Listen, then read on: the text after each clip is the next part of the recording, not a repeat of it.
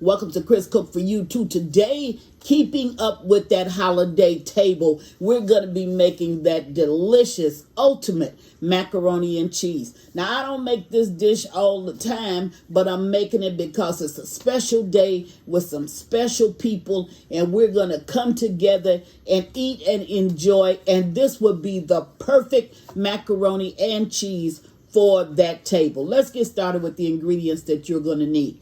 Of course, you're going to need the macaroni, and what you would do with that is just use your package instructions. The only thing I ask is that you undercook it by 2 minutes, and that's simply because you're going to bake it off in the oven and you don't want your macaroni to be mushy. So undercook it according to the package instructions by 2 minutes. You're going to need down front is some flour.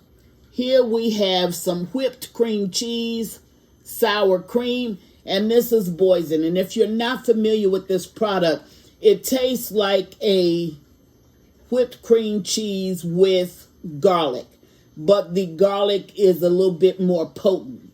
Now, it complements the macaroni and cheese well, but if you're not familiar with the product, that's exactly what it tastes like. And it's not so strong that you can't spread it on a cracker and then eat it if you like garlic. If you don't, then you would just use it in whatever it is that you're going to be cooking that calls for that ingredient. You're going to need some heavy whipping cream. Down front is some butter. Here I have some Morton seasonal. Okay, you don't have to use Morton's. Use any brand you want to, but this is in a label. It's in a container that didn't have the label on it, so I just went ahead and told you what it was. I have some paprika, some garlic powder, and some white pepper and salt is down front. Now, if you have white pepper, it's better to use. Why is that? Because you don't want those little black specks all through your macaroni and cheese. So that's why I'm using the white pepper. But if you don't have a problem with that, then you can go ahead and use black pepper. Now, it's better that you use block cheese. And I'm only showing you these ingredients because I'm only making a small little dish of it. And that's just for the visual effect, so that you'll be able to see it and then know exactly how to put it together. I'm not making a lot of it, so I've cut my cheeses. When you're making your macaroni and cheese, and especially if it's going to be for a special dish, it would be better if you use block cheese as opposed to using processed cheese.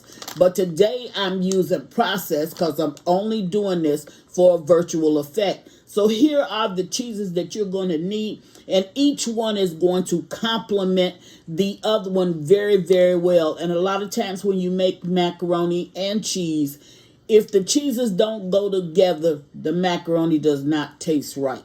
So these cheeses will complement very well. But this is a special dish, so I don't cook it every day or every time I have macaroni and cheese, but it's a good dish to have on a holiday, especially a festive holiday. So here we have, this is Colby Jack and Monterrey Jack cheese. And I'm going to shred this one because I couldn't find it shredded already in the store. You're going to need some provolone as well as some mozzarella.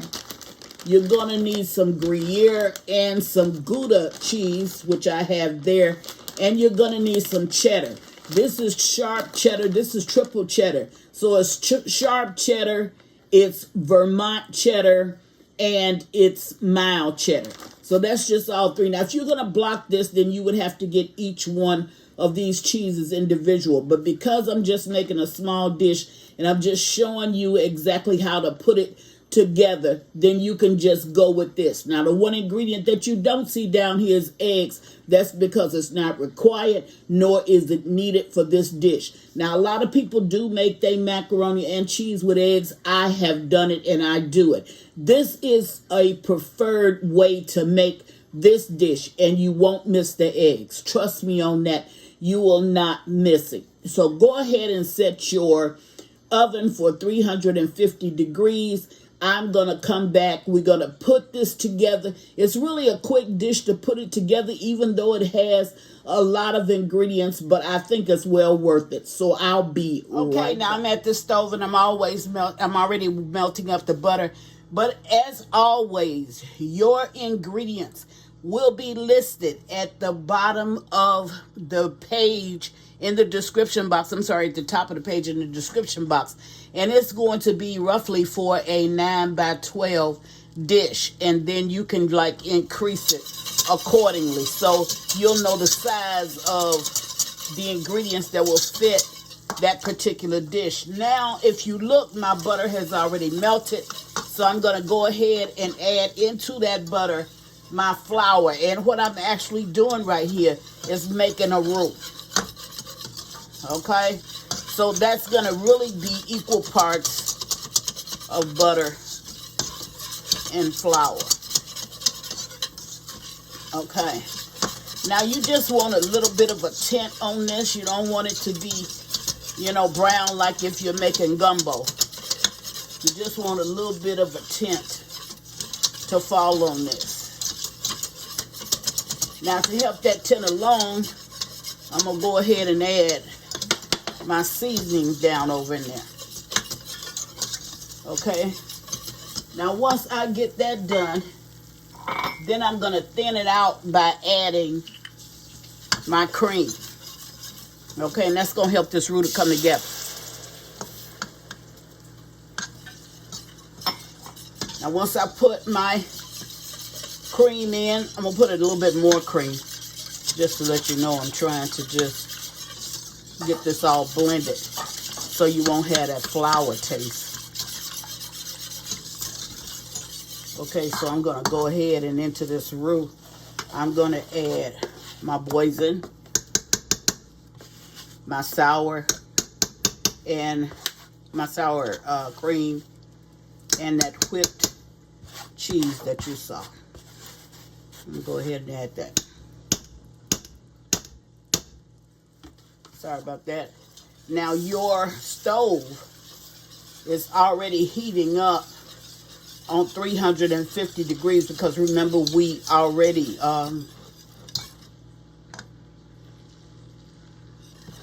preheated that. Okay. Now once I get that in,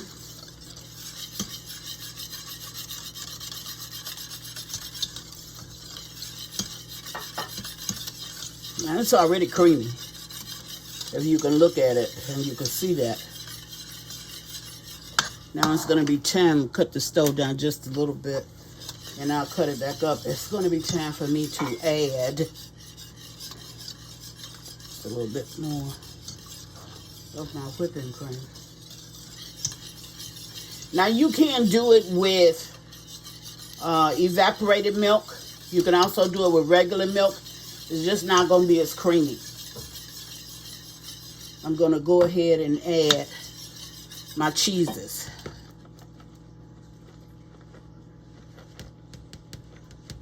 And I'm not trying to add all of it.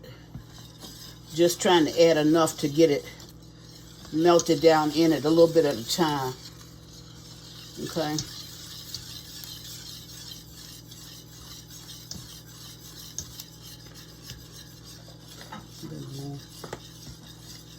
Now all of that I'll put into this, I'm going to put on top of it. Now your macaroni and cheese is done when that top is brown and that sides is bubbly. Okay, it's done. Okay. Add the rest of my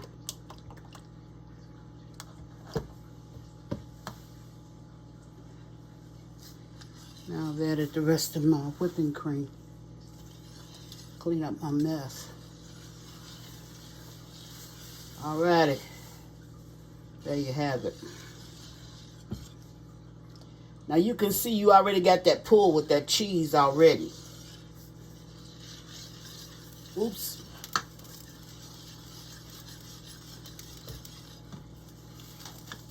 Clean up my mess.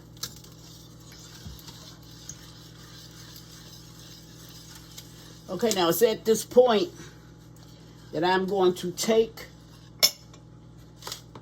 my macaroni, which I've already cooked. And remember, I told you to cook it by about 2 minutes. And you want to keep your heat on a medium or a low. Okay. Now I'm going to go ahead and I'm going to pour this mixture over into my macaroni.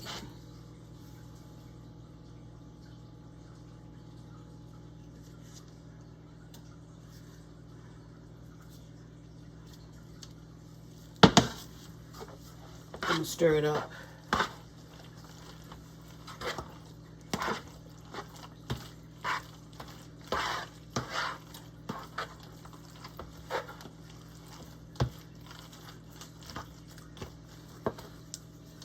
Add the rest.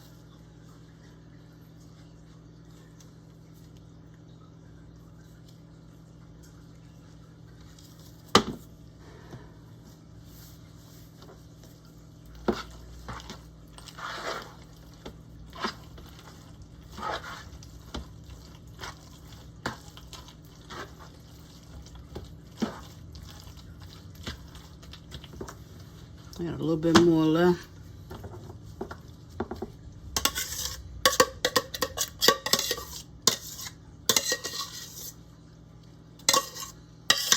Now, I've done this enough time to know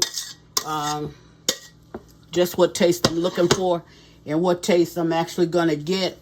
And if you're not familiar with that, then before you add that macaroni down over into the dish, go ahead and do a little taste test.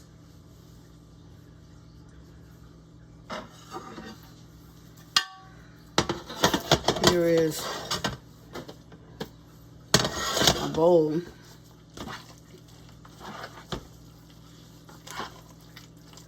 Now you're going to allow this to cook for about 25 minutes in your oven.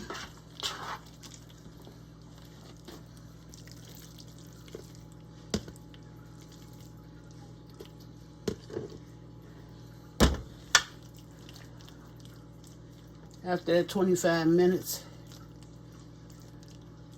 should be good to go.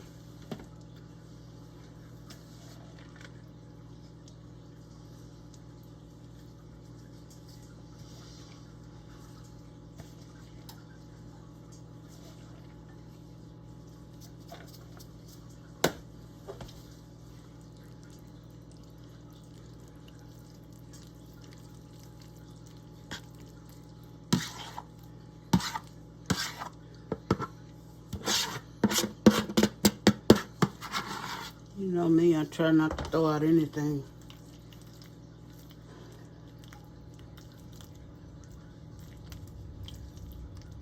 Alrighty. No eggs, but I guarantee you, if you try it, you're going to love it.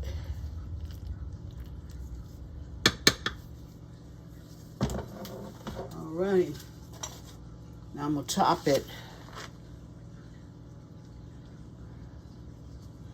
with the balance of my cheeses.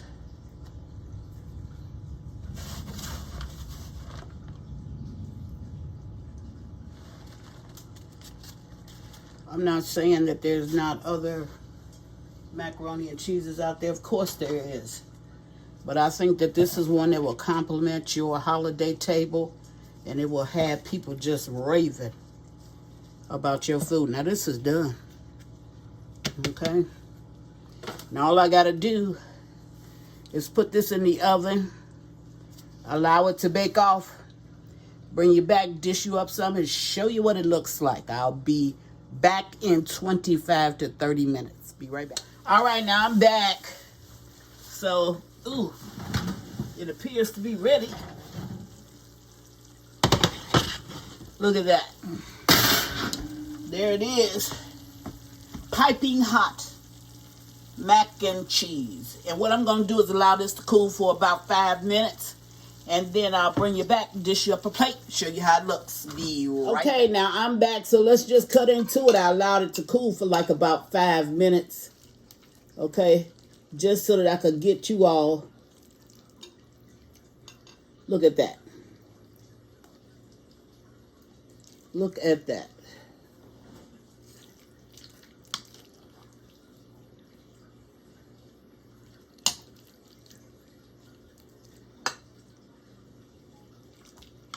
Just a little bit more. Okay. Try to pull this back just a little bit so you can see it. There you have it. Chris is making cheesy macaroni and cheese. This is the ultimate, and I think that it will go good on your holiday table. Moving right along, just wanted to add something else to that table that'll make that meal oh so memorable. And as always, thank you for watching. Chris Cook for you too. Bye.